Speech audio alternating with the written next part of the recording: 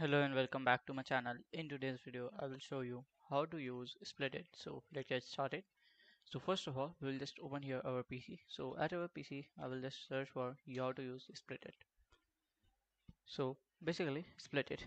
We can use Splitit in an authorized amount of the purchase of the shopper existing the credit card and reserves the balance from the credit card until the final amount of the made.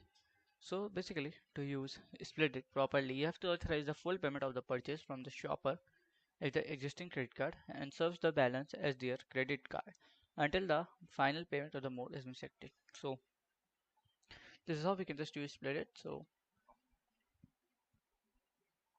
from basically split it, we can just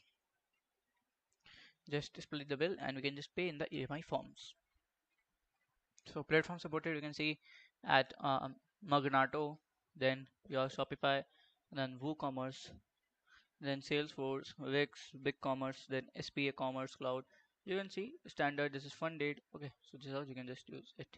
So if you find this video helpful, make sure you like, subscribe, and share the video. Thank you for watching.